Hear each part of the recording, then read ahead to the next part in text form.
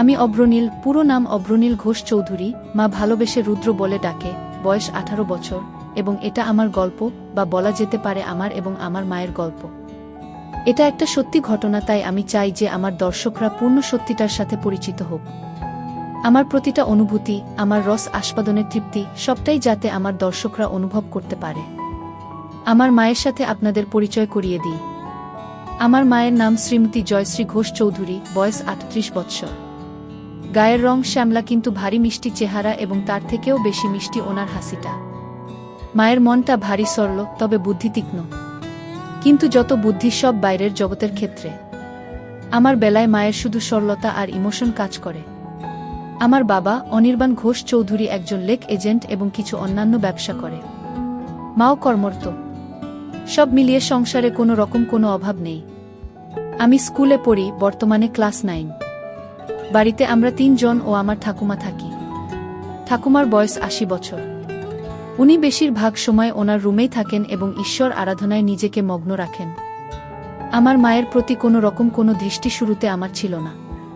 ছোটবেলায় সব ছেলেরা যে চোখে নিজের মাকে দেখে, আমিও সেভাবেই দেখতাম।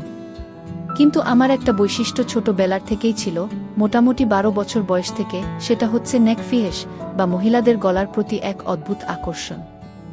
আর আমার মায়ের প্রতি আমার সূত্রপাত ঘটে আমার এই ফিহেসের দ্বারা। আমি শুরুতে ফেটিশ কি জিনিস জানতাম না, শুধু দেখতাম যে মহিলাদের গলা দেখতে অথবা ছুতে আমার খুব ভালো লাগত। সে বয়সে মহিলা বলতে তো শুধুমাত্র স্কুলের শিক্ষিকারা। মায়ের দিকে শুরুতে সেই দৃষ্টি পড়েনি। তখন শুধু স্কুল শিক্ষিকাদের গলা নানা বাহানায় স্পর্শ করতাম এবং তাতেই তৃপ্তি পেতাম। আস্তে আস্তে বয়স বাড়ল। বয়সের সাথে সাথে আমার পিপাসাও বাড়ল। কিন্তু নেক ফেটিশটা বা মহিলা গলার প্রতি লোভটা কিন্তু আমার রয়ে গেল। যখন আমার বয়স 18, তখন হঠাৎ একদিন আমার দৃষ্টিতে মা ধরা দিল। তখন গরমের ছুটি চলছিল।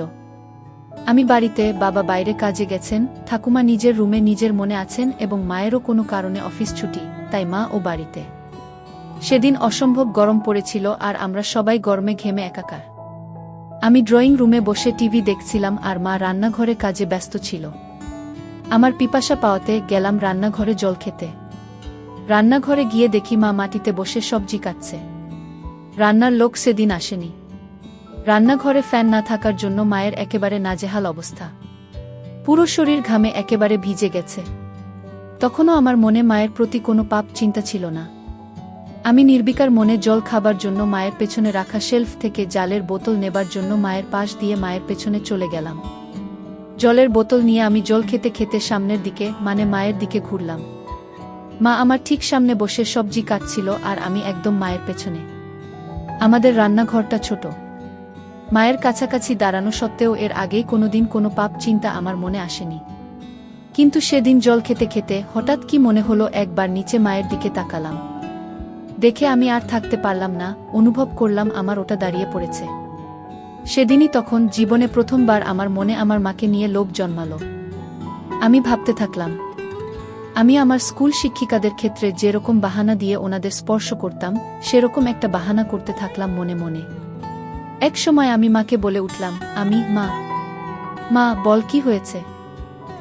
মা তোমার গলায় কি একটা আছে? মা আমার গলায়? আমার গলায় আবার কি থাকবে? না মা, তোমার গলায় কি একটা লেগে আছে। মা, কই, বলে মা নিজের হাত দিয়ে একটু নিজের গলাটা পরিষ্কার করার চেষ্টা করল।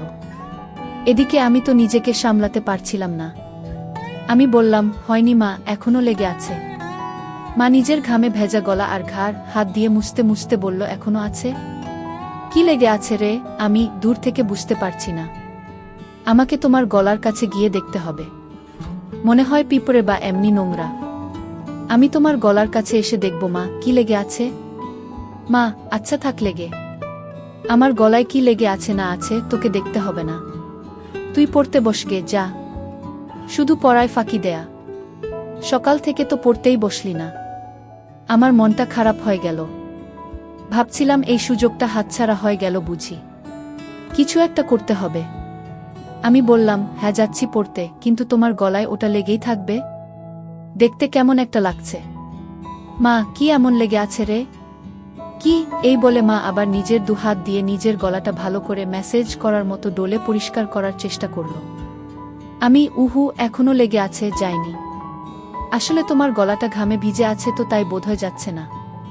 এদিকে আসলে মায়ের গলায় কিছু ছিলই না শুরু থেকে।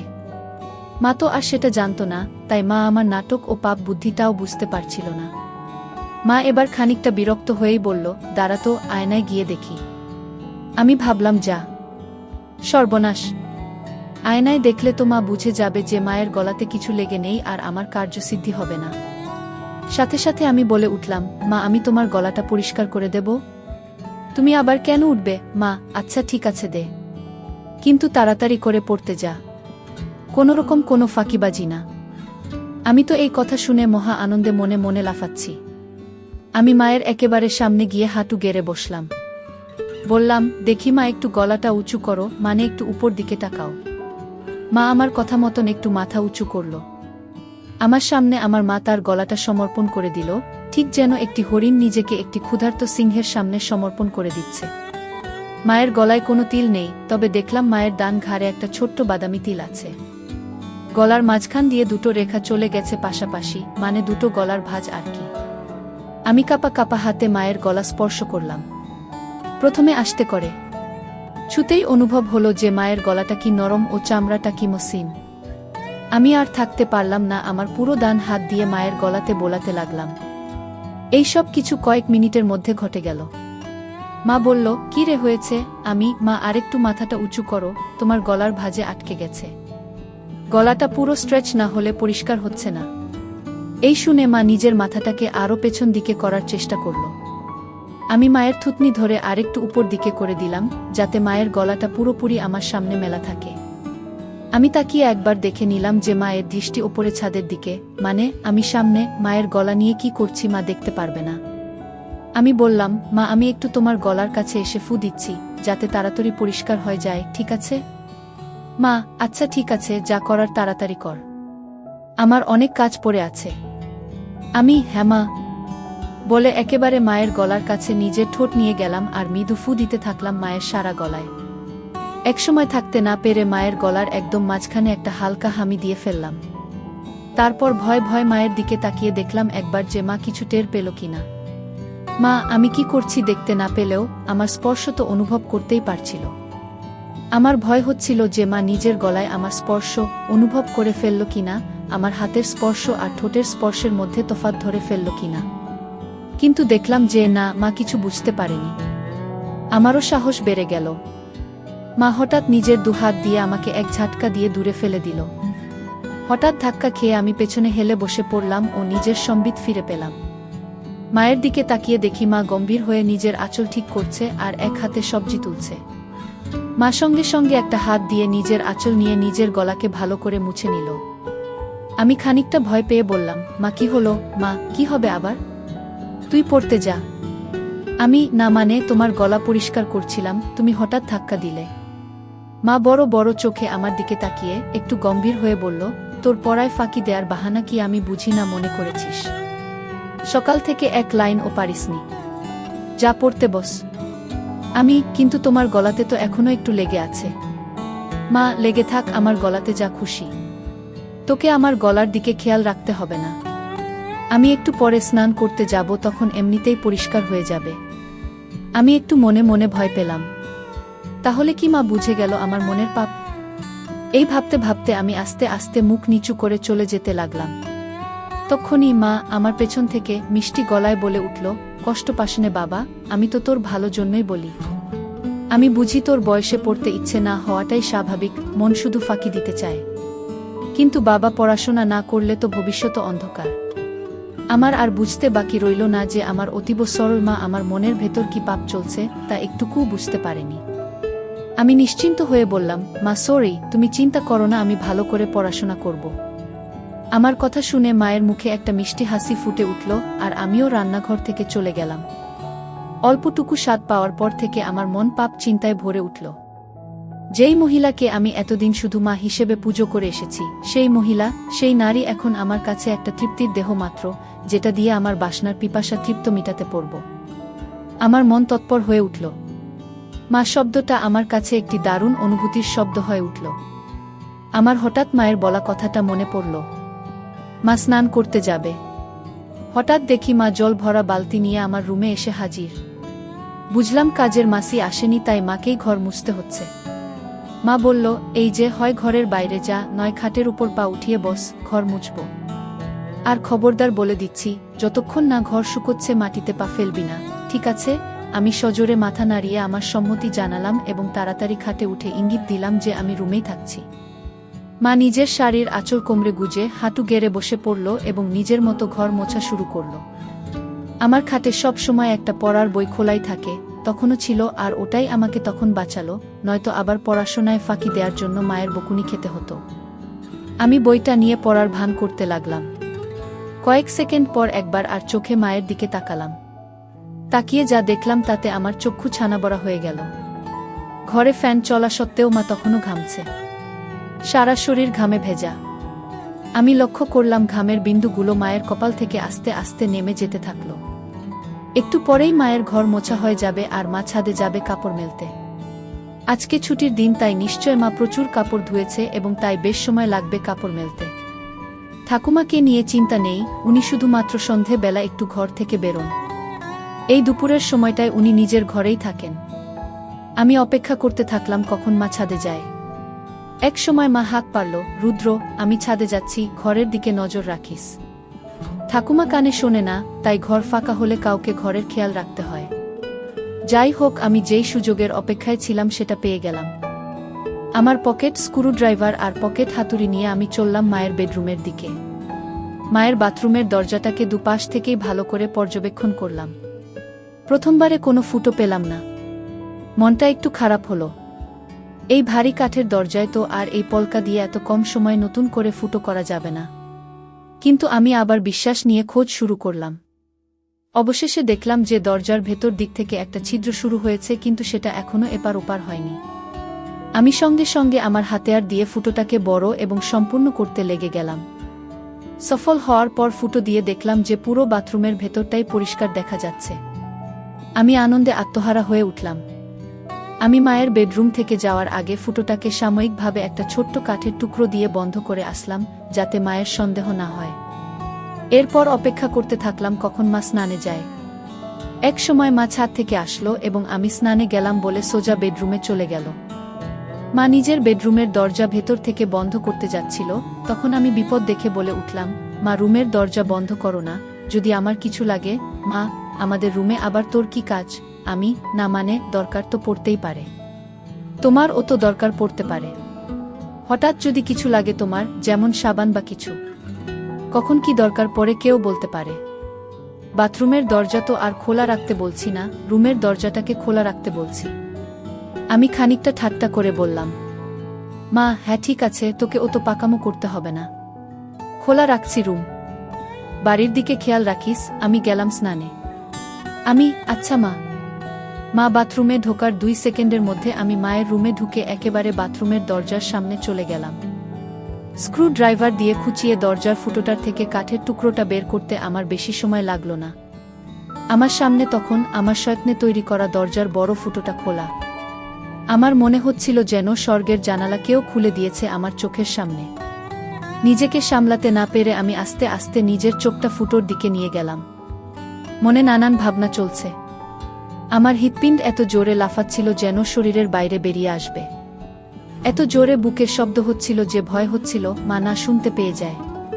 ভাবছিলাম যে আজকে আমি যেটা দেখব এটা পৃথিবীর যে কোনো ছেলের জন্য নিষিদ্ধ। আমি বুঝলাম মা এখনই বেরোবে বাথরুম থেকে। আমি সাথে সাথে ফোনের রেকর্ডিং স্টপ করলাম। দরজার ফুটোটাকে আবার কাঠের টুকরো দিয়ে যত্নে বন্ধ করে দিলাম ছুট নিজের ঘরের দিকে। নিজের ঘরে পৌঁছানো মাত্র শুনতে পেলাম মা বাথরুমে থেকে বেরিয়ে এসেছে। মনে মনে হাফ ছেড়ে বাঁচলাম। আমার মনে তখন পরম আনন্দ, যেন বিশ্ব জয় করে এসেছি। আমার মন ব্যাকুল হয়ে উঠল মাকে পাওয়ার জন্য। মনে মনে প্ল্যান ভাবতে থাকলাম, কিন্তু কোনো প্ল্যান মাথায় আসছিল না। এদিকে মায়ের অফিস শুরু হয়ে গেল। মাকে একা পাওয়ার সুযোগ হচ্ছিল না। আমার মন তরপাতে থাকল। দিনের পর দিন আমি মন মরা হয়ে যেতে থাকলাম। পড়ায় মন বসছিল না।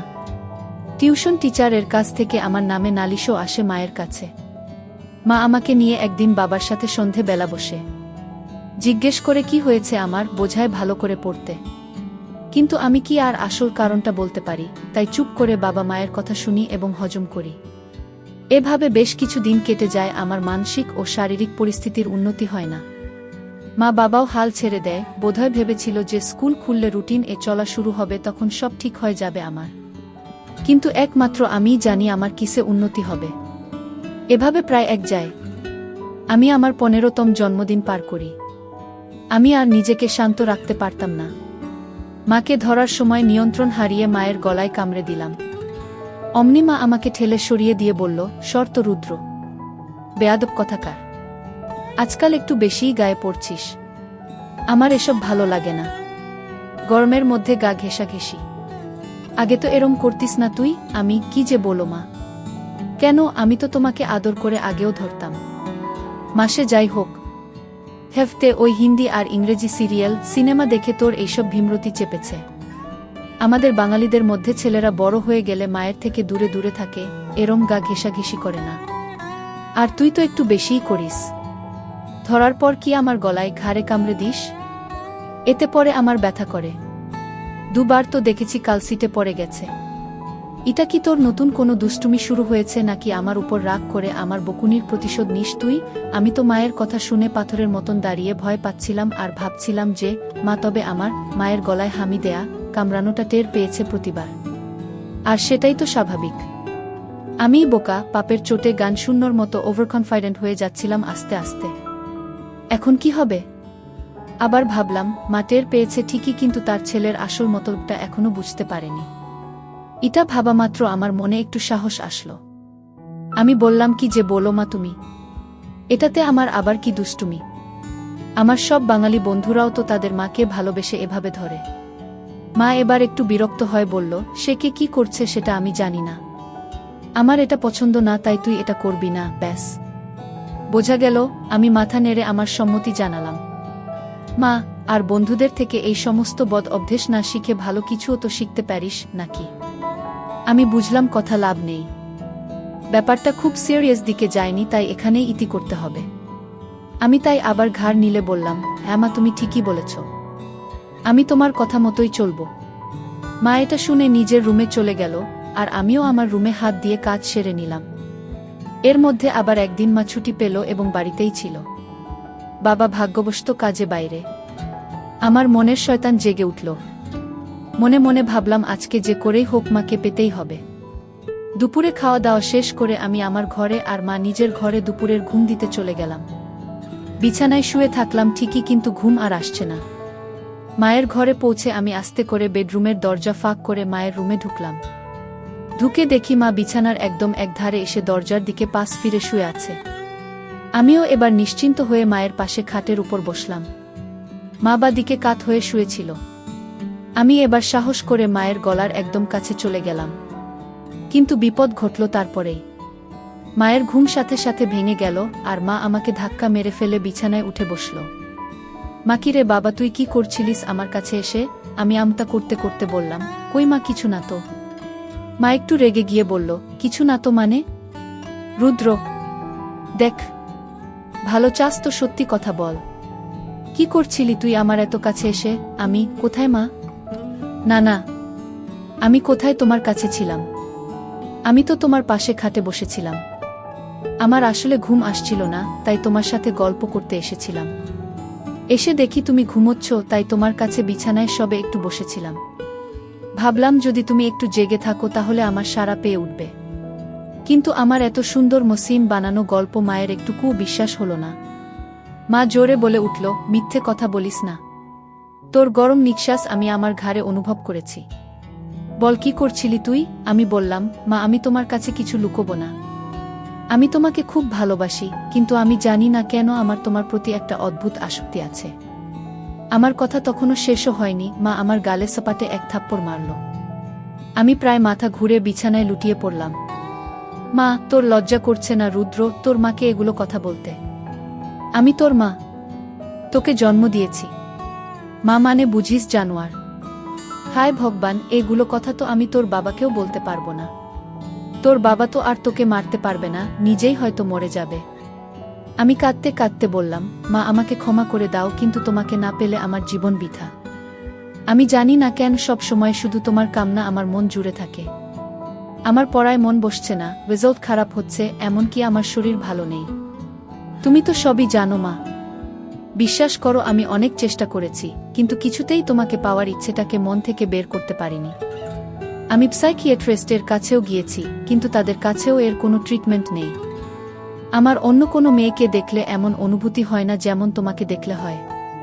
আমি কি করব বলো মা? মা থাম রুদ্র থাম। দোহাই তোকে, তুই চুপ কর। আমার কান আর নিতে পারছে না। আমি চুপ করে নিচের দিকে তাকিয়ে থাকলাম। খানিকক্ষণ পর মাকে একটু শান্ত দেখলাম। বলল, রুদ্র বাবা শোনো, এটা হয়তো একটা বয়সের প্রবলেম। তুই চেষ্টা কর, দেখবি সময়ের সাথে ঠিক হয়ে যাবে। আমি সাহস করে বললাম, না মা, আমার তোমার প্রতি বাসনা ততদিন কমবে না যতদিন না আমি তোমাকে পুরোপুরি ভাবে পাব। মা, তুই একটু বড় হয় যা, তোকে তাড়াতাড়ি বিয়ে দিয়ে দেব। কেন এই বুড়ি মায়ের পেছনে পড়েছিস বাবা? আমার মনে হলো এইবার বোধহয় মায়ের মাতিসুল ভাব জেগে উঠেছে, যেটা চায় যে তার সন্তান সব সময় সুখে থাকে, ভালো থাক। আমি ভাবলাম আমাকে মায়ের এই মনের ভাবকে কাজে লাগাতেই হবে। এই আমার অন্তিম সুযোগ। আমি সাথে সাথে মায়ের পা ধরে বললাম, মা, আমাকে একবার তোমার সাথে দাও। আমার আর এই জ্বালা সহ্য হচ্ছে না মা। মা প্লিজ। মা অল্প অল্প কাঁদতে কাঁদতে বলল, বাবা, এ হয় না। আমি তোর জন্মদাত্রী মা। তুই এখন ছোট, তাই তুই কি চাইছিস সেটা বুঝতে পারছিস না। এটা হয় না বাবা, প্লিজ বোঝ। আমি খেয়াল করলাম যে মায়ের মুখে আর রাগের কোনো চিহ্ন নেই। মা পুরো ইমোশনাল হয়ে আছে। আমি মনে মনে ভাবলাম, এখনই খেলতে হবে। আমি সোজা হয়ে বসে আমার দুহাত দিয়ে মায়ের দুকাত ধরে ফেললাম আর মায়ের একদম কাছে চলে গিয়ে বললাম, মা প্লিজ একবার দাও।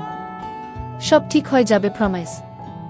আর কোনো দিন তোমাকে বিরক্ত করব না। কোনো দিন কোনো কারো সাথে দুষ্টুমি করব না। ভালো করে পড়াশোনা করব, ভালো রেজাল্ট করব।